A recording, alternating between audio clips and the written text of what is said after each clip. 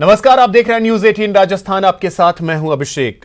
पंजाब में पीएम की सुरक्षा में हुई चूक पर केंद्रीय मंत्री स्मृति ईरानी ने न्यूज 18 से एक्सक्लूसिव बातचीत की। उन्होंने कहा कि 24 घंटे बाद देश भर में आक्रोश के बाद कांग्रेस के आला कमान ने कार्रवाई की बात की है। हमारे साथ भारत सरकार की केंद्रीय मंत्री स्मृति ईरानी मैम हैं। मैम, 30 घंटे बाद कांग्रेस को ये अब याद आया कि अब शायद इस मामले में कार्रवाई की जाए।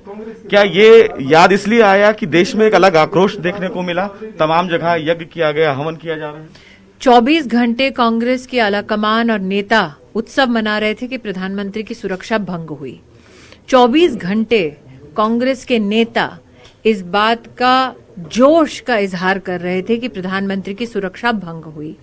24 घंटे गांधी खानदान चुप्पी साध के बैठा रहा और तब बोला जब मजबूरन उन्होंने देखा कि देश भर में आक्रोश है प्रधानमंत्री की सुरक्षा को लेकर। और बोला भी क्या बोला कि जाइए उसके खिलाफ कार्रवाई कीजिए।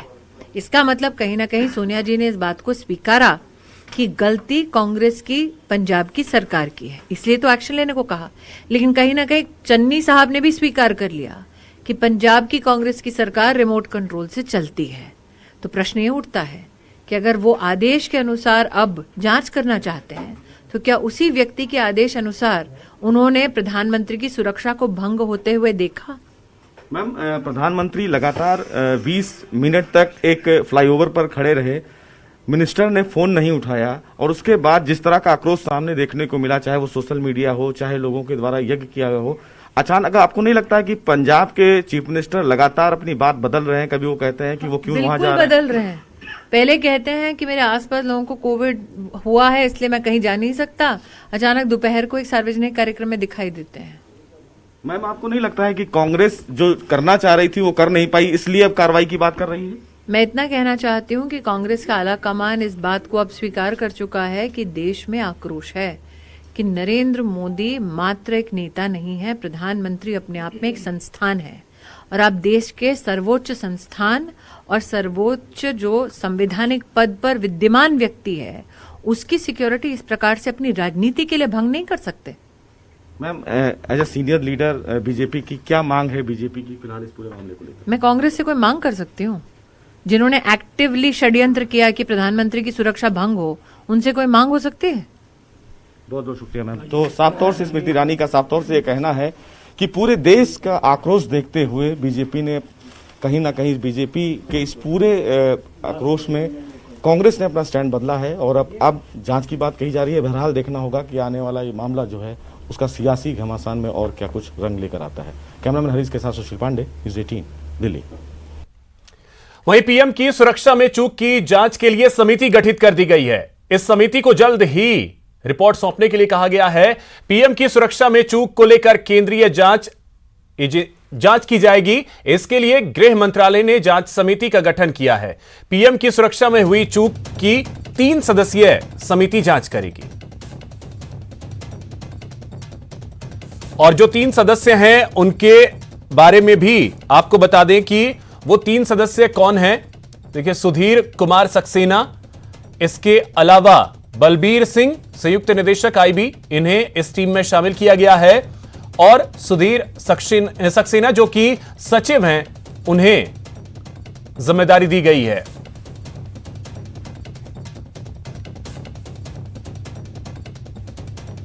और तीसरे शख्स जो हैं एस सुरेश, तो इन तीनों को जिम्मेदारी दी गई है। पीएम की सुरक्षा में जो चूक का मामला है उस मामले की वो तीनों जांच करेंगे और जल्द से जल्द इन्हें अपनी रिपोर्ट देने के लिए कहा गया है।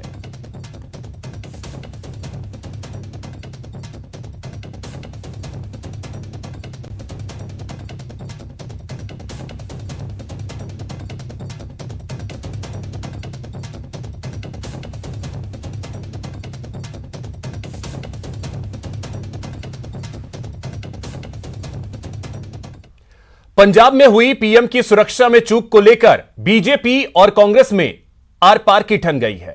कांग्रेस चूक मानने को तैयार नहीं है तो बीजेपी साजिश का आरोप लगा रही है। बेसुरे सिद्धू आला कमान क्यों मुक?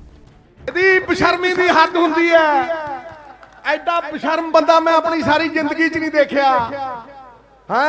ਇਹ ਜਿਹੜਾ ਬੁਲਬੁਲਾ ਜਿਹਾ ਬਣਾਇਆ ਸੀ ਇਹਨਾਂ ਨੇ, ਬੁਲਬੁਲਾ ਜਿਹਾ ਬਣਾਇਆ ਸੀ, ਸਾਲਾ ਪਟਾਕ ਦੇਣੇ ਪਾਟ के थल्ले आ गया। सुरक्षा में चूक, बयानबाजी नहीं रही रुक। जो गांधी जी ने हमें सिखाया है, वही संस्कार, वही संस्कृति, वही परंपरा, वही अहिंसा को आत्मसात करके चलते हैं और 70 साल में देश को चलाया है। जान की परवाह नहीं करी कांग्रेस ने, इस प्रकार झूठा आरोप नहीं लगाया किसी पे। छोड़ो टाल मटोल, जिम्मेदारी से बोल। भारतीय जनता पार्टी एक घिनौनी राजनीति कर रही है। भाई कहाँ कमी रही, कहाँ त्रुटि हुई, किससे हुई, यह जांच तो सरकार ही कराएगी ना। मान लो जांच एसपीजी की होनी हो या गृह मंत्रालय की होनी हो, तो क्या पाकिस्तान से कराएंगे? राजनीति नहीं, तय हो जिम्मेदारी। कुछ लोग सुप्रीम कोर्ट भी गए हैं, न्यायालय भी इस पर देख रहा है, होम मिनिस्ट्री ने भी इस पर कार्रवाई करने की बात कही है, ताकि जानकारी जुटाने के बाद जो जो कदम उठाने होंगे वो बड़े और कड़े निर्णय जो भी हो वो करेंगे।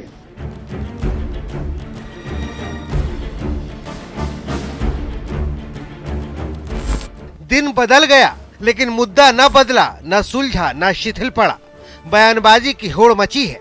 हम आपको गुरुवार को ही अहम बयानबाजियों को सुनवाएंगे, उससे पहले इन तस्वीरों को देख लीजिए। ये महज बानगी भर है। पंजाब, जम्मू कश्मीर और यूपी के साथ ही देश भर में बीजेपी कार्यकर्ता उबल रहे हैं। पंजाब सरकार के खिलाफ प्रदर्शन के साथ साथ जमकर नारेबाजी भी कर रहे हैं। इतना ही नहीं, पीएम मोदी की लंबी आयु के लिए पूजा और हवन भी हो रहे हैं। ये तस्वीरें बेहद अहम हैं। पहली तस्वीर पीएम मोदी के लोकसभा क्षेत्र बनारस की है, जहां प्रधानमंत्री की लंबी आयु के लिए मुख्यमंत्री योगी ने पूजा की। तो वहीं दूसरी तस्वीर एमपी के भोपाल की है, जहां कार्यकर्ताओं के साथ खुद मुख्यमंत्री शिवराज सिंह ने हवन किए। जबकि तीसरी तस्वीर असम के गुवाहाटी की है, वहां भी मुख्यमंत्री हेमंत बिस्वा शर्मा ने खुद पीएम की लंबी आयु के लिए प्रार्थना की। प्रार्थना से इतर बीजेपी के नेता जमकर कांग्रेस पर हमले भी कर रहे हैं। जानबूझ की गई कोई क्रिमिनल कॉन्स्पिरेसी पर कांग्रेस को जरा सी भी शर्मिंदगी नहीं है। तो इससे तो साफ होता है कि क्रिमिनल कॉन्स्पिरेसी का मास्टरमाइंड कौन है। ये षड्यंत्र पंजाब में ही नहीं, दिल्ली की कांग्रेस के द्वारा ही रचा गया। वार पलटवार राजनीति का हिस्सा है, लेकिन मुद्दा भी देखना और समझना चाहिए और जुबानी बेहूदगी से बचना चाहिए। सुनिए पंजाब कांग्रेस के अध्यक्ष नवजोत सिंह सिद्धू प्रधानमंत्री से क्या और कैसे पूछ रहे हैं। प्रधानमंत्री साहब, मैं पूछना चाहना कि साडे किसान वीर जदों 500 बंदा 70,000 कुर्सी दे अगे बैठा सी ते अज 20,000 बंदा एक नहीं हिलिया। सरदार क्या बहुत हो चुकी बयानबाजी, चलिए अब कार्रवाई और जिम्मेदारी की बात करते हैं। मसलन प्रधानमंत्री नरेंद्र मोदी ने राष्ट्रपति रामनाथ कोविंद से राष्ट्रपति भवन में मुलाकात कर सुरक्षा में हुई गड़बड़ियों की पूरी जानकारी दी। उपराष्ट्रपति वेंकैया नायडू ने भी सुरक्षा चूक पर प्रधानमंत्री नरेंद्र मोदी से बात की। गृह मंत्रालय ने सुरक्षा मामले में चूक को लेकर राज्य सरकार से रिपोर्ट मांगी।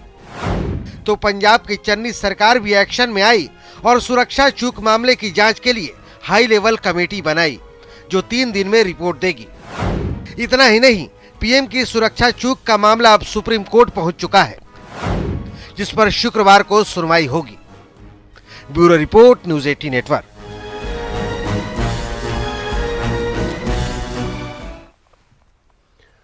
और अब बात कोरोना की, जिसमें मंगलवार के मुकाबले बुधवार को करीब 50% से ज्यादा की बढ़ोतरी देखी गई। अगर संक्रमण की रफ्तार यही रही तो फिर आफत आ जाएगी। इसलिए कोविड प्रोटोकॉल को मानकर अपनी जान बचाइए। बुधवार को 90,000 के पार कोरोना। लापरवाही हुई तो पड़ सकता है रोना। दिल्ली में 3 दिन में हुआ 3 गुना। सावधान, विस्फोटक हुआ कोरोना। यकीन नहीं तो आंकड़े देखिए। मंगलवार को कोरोना के 58,000 नए मामले सामने आए थे, लेकिन बुधवार को आए नए मामलों ने होश उड़ा दिए हैं। बुधवार को भारत में कोरोना के 90,928 नए मामले सामने आए। वहीं कोरोना के 19,206 मरीज ठीक भी हुए, जबकि 325 लोगों को जान गंवानी पड़ी। अगर सक्रिय मामलों की बात करें तो इसकी संख्या 2,85,401 हो गई है। वहीं देश में ओमिक्रॉन के मामलों की बात करें तो ओमिक्रॉन की कुल संख्या बढ़कर 2,630 हो गई है। महाराष्ट्र और दिल्ली में ओमिक्रॉन के सबसे ज्यादा 797 और 465 मामले हैं। स्वास्थ्य मंत्रालय के अनुसार ओमिक्रॉन के 2,630 मरीजों में से 995 रिकवर हो गए हैं। अब बात दिल्ली की, जहां कोरोना संक्रमण की रफ्तार 3 दिन में 3 गुना हो गई है। 4 जनवरी को दिल्ली में 5,481 मामले आए थे, तो 5 जनवरी को मामले बढ़कर 10,665 हो गए, जबकि 6 जनवरी यानी गुरुवार को 15,097 केस मिले हैं। बीते एक दिन में कोरोना की वजह से राजधानी दिल्ली में 6 लोगों की जान गई। वहीं पॉजिटिविटी रेट 15.34% हो गया है। बता दें कि राजस्थान के सीएम अशोक गहलोत कोरोना संक्रमित हो गए हैं। उन्होंने ट्वीट करके इस बात की जानकारी दी। मतलब साफ है कि कोरोना ना तो खास को बख्श रहा है, ना आम आदमी को। जिसने लापरवाही की वो बीमार पड़ा, इसलिए चेत जाइए और मास्क लगाइए, साथ ही भीड़ से बचिए। Bureau report, news 18 network.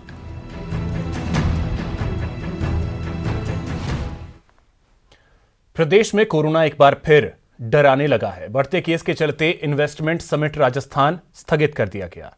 Jaipur में 24 और 25 जनवरी को सीतापुरा के जेईसीसी कन्वेंशन सेंटर में यह समिट प्रस्तावित थी, जिसमें देश और विदेश से बहुत सारे बिजनेसमैन हजारों करोड़ का इन्वेस्टमेंट करने के लिए आने वाले थे। अब समिट की नई तारीख कोविड के हालात सुधरने पर घोषित की जाएगी।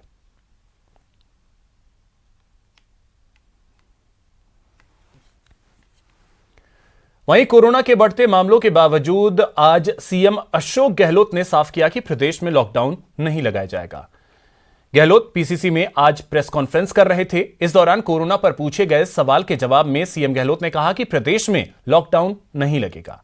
उन्होंने आम जन से अपील करते हुए कहा कि मास्क लगाइए, हाथों को सैनिटाइज कीजिए और वैक्सीन जरूर लगवाइए। लॉकडाउन की कोई विचार नहीं लॉकडाउन लगाने का। हम चाहते हैं कि लोग प्रोटोकॉल का पालन करें, जनहित के अंदर है, वो डिस्टेंस मेंटेन करे, सैनिटाइज करे, हाथों को मास्क लगाए और वैक्सीन लगाए। ये बहुत आवश्यक है और वैक्सीन ने बचाव किया है। शौर्य चक्र विजेता असिस्टेंट कमांडेंट रहे विकास जाखड़ को पुलिस ने जयपुर में शहीद स्मारक पर धरना देने से पहले ही गिरफ्तार कर लिया। बता दें कि आज शहीद स्मारक पर धरना दे रहे सभी बेरोजगारों को वहां से हटवाया गया। विकास जाखड़ भी यहां बेरोजगारों के समर्थन में आंदोलन स्थल पर पहुंचे थे, जिसके बाद पुलिस ने उन्हें हिरासत में ले लिया। बाद में उन्हें गिरफ्तार कर लिया गया। दरअसल बीते दिनों शौर्य चक्र विजेता सीआरपीएफ के सहायक कमांडेंट विकास जाखड़ ने अपने पद से इस्तीफा दे दिया था। जाखड़ ने सीएम अशोक गहलोत को अपनी 6 मांगों को लेकर पत्र भी लिखा था। नौकरी त्याग कर बेरोजगार युवाओं के हक के लिए लड़ाई लड़ने का फैसला कर चुके हैं। उन्होंने रीट, जेईएन, पटवारी समेत विभिन्न प्रतियोगी परीक्षाओं में पेपर लीक और नकल के मामलों को लेकर अपनी नाराजगी जताई।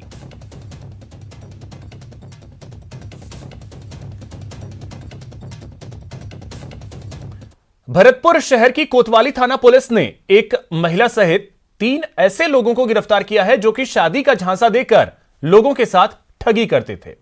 पुलिस ने उत्तराखंड निवासी लुटेरी दुल्हन मासुरा उर्फ किरण मंडल सहित 3 लोगों को गिरफ्तार किया, जिन्होंने कोतवाली थाना क्षेत्र के एक युवक को ठगी का शिकार बनाया था, जिससे शादी कराने के नाम पर 1,20,000 रुपए और सोने के जेवरात ठग कर फरार हो गए थे। पीड़ित योगेश गोयल ने 2 जनवरी को कोतवाली थाने में मामला दर्ज कराया था। 3 आदमी हैं जो लोगों को अपनी बहन बेटी बता करके वो शादी का झांसा दे करके एक नियत राशि प्राप्त करते हैं और नियत राशि प्राप्त करने के बाद में उसकी शादी कराते हैं। वो 2, 4, 5 दिन रहती है और उसके बाद में उसको घर में जो भी संपत्ति जेवर वगैरह जो भी मिलता है वो लेकर के फरार हो जाती है। एक स्पेशल टीम भेज करके वहाँ पे अथक प्रयास कर करके और 3, 4, 5 दिन में हमने इन सबको गिरफ्तार साइबर की मदद से कर लिया है। अब बात कहीं राहत कहीं आफत की। बीकानेर में 32 साल बाद एक दिन में 20 मिलीमीटर बारिश हुई। इस बारिश ने किसानों की मेहनत पर पानी फेर दिया। मूंगफली की आवक अधिक हो रही है, जिसकी वजह से किसानों को टीन शेड में माल रखने के लिए जगह नहीं मिल रही है। अब ऐसे में बारिश हुई, जिसकी वजह से मूंगफली की फसल जो है वो बर्बाद हो गई। ये 2 तस्वीरें आप देखें, खुले में मूंगफली रखी जा रही है और उसके बाद जिस तरीके से बारिश हुई, उसके बाद किसानों की जो फसल है वो पूरी तरीके से बर्बाद हो गई।